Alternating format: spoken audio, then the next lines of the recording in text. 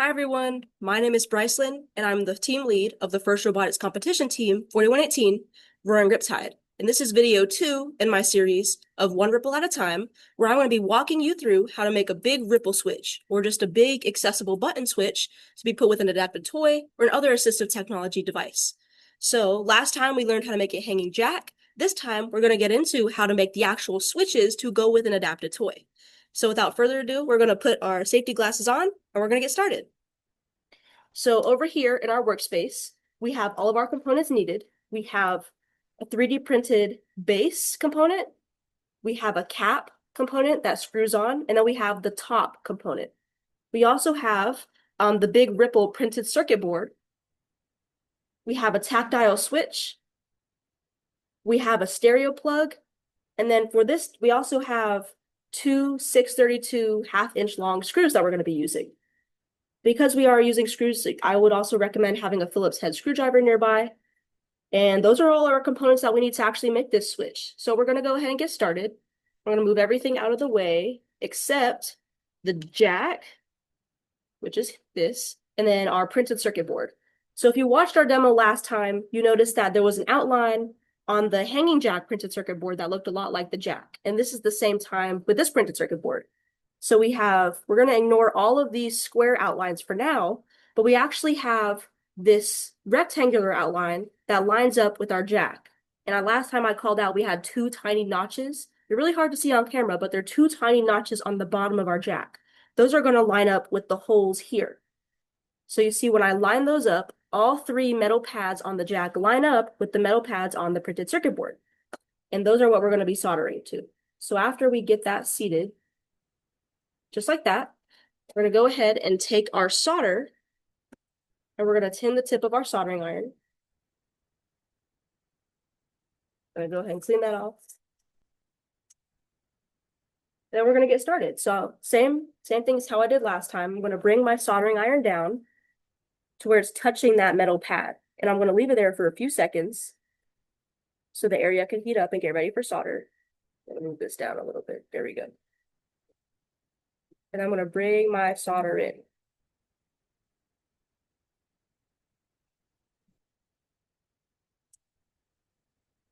There we go. Now we have our first solder joint. It's not seeping into the jack and it's not on the printed circuit board, the green part, so we're doing okay. I'm going to turn it around. I'm going to do the same thing with the other two joints. I'm going to bring my soldering iron down, heat that area up a little bit, and I'm going to bring my solder down until it forms a little pool over that leg. I'm going to clean my soldering iron off.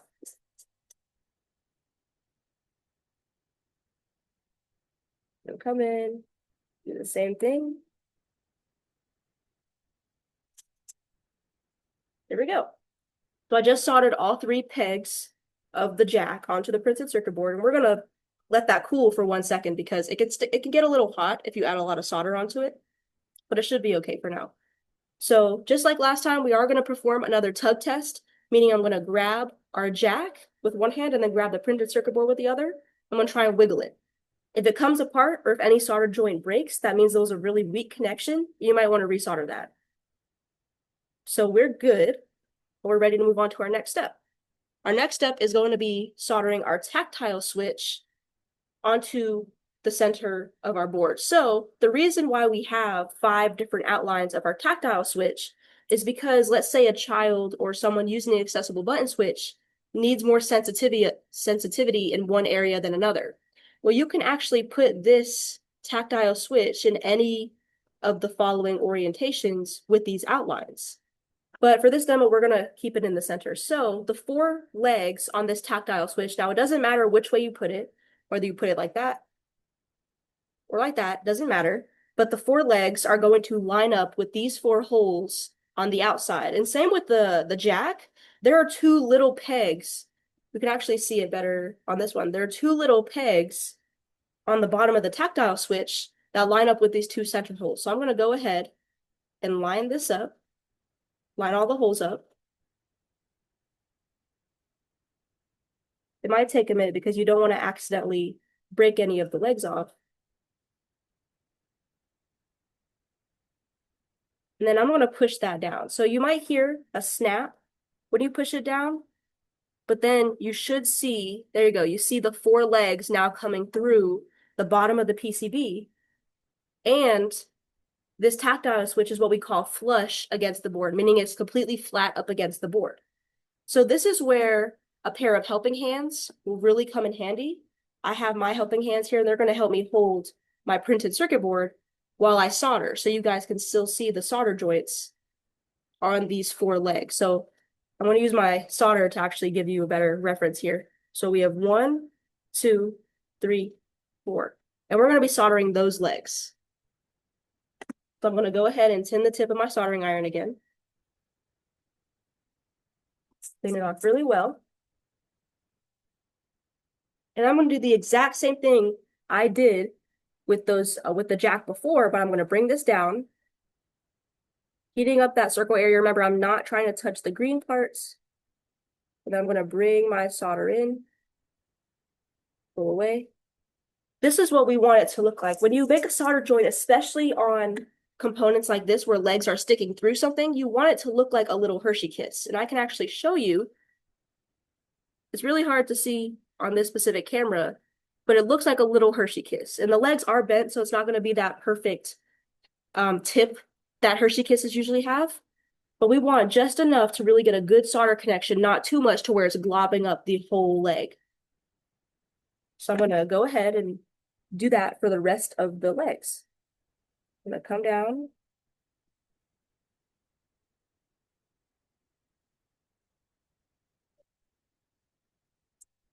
I'm going to clean my soldering iron off.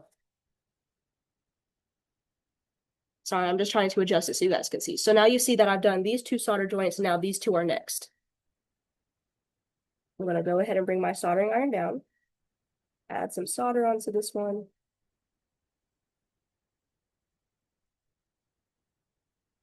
There we go. Now we have 1 more leg to do, and then we'll be finished with the soldering part.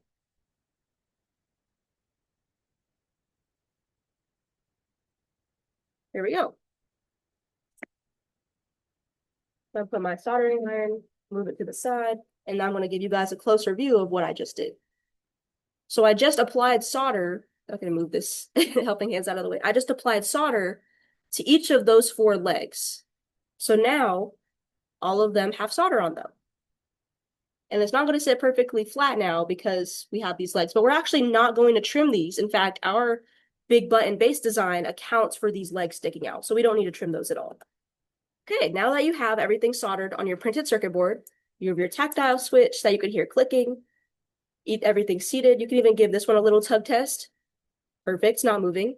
Now we're going to go ahead and grab our base, and we're going to grab those 2 screws I talked about earlier. When you're lining up your printed circuit board with the base, there's a big hole on the side. I wonder where that hole is going to go. Oh, wait, it's the hole for the jack. So I'm going to go ahead and put this down in there, and it should fit right into place. It's going to be a little wiggly. That's because we're going to add the screws in. But if you see, the hole to the jack is actually through the hole of the printed circuit board. So we're doing great there. I want to use 1 screw at a time. I'm just going to put one down in there. And it's going to be a little loose, so we're going to want to go in with our screwdriver and tighten it up. And then this is where we're going to take our other screw, and put it in place and tighten it. So when you're tightening your screws, you want to make sure that you stop as soon as you feel resistance, because it's not going to be tight all the way. That's not how the 3D print was designed, but it's okay, because all we're trying to do is hold this in place. We're just trying to hold this in place while we put the other components on. Because if you push too hard and you add too much pressure while you're screwing it, you can actually crack the PCB. So as soon as you feel resistance to screwing, you want to stop. Now, I'm going to move this to the side. I'm going to go ahead and take our top piece, and the inside of our cap piece, you see that there are these little notches that actually line up with the little cutouts here. So I'm going to place that in there. It's flat, it's flush, I can move it, but this is so that this top doesn't spin. And now here comes the really fun part, actually assembling our our button. So I'm going to go ahead and carefully put this together and screw this on. And I use different colors so you can see the contrast between the base, the cap, and the top. But now, I don't know if you can hear that. Whenever I press this, you can hear the tactile switch inside being pushed by the button. And after you soldered everything and after you've tested your button, you can plug a stereo cable into here. And there you go. You just made your first big ripple switch. And now this can be plugged into an accessible toy, another assistive tech device, but this button specifically gives you a large surface area for you to press down on. And even if I press all along the edges, it's still hitting that central tactile switch that we soldered earlier.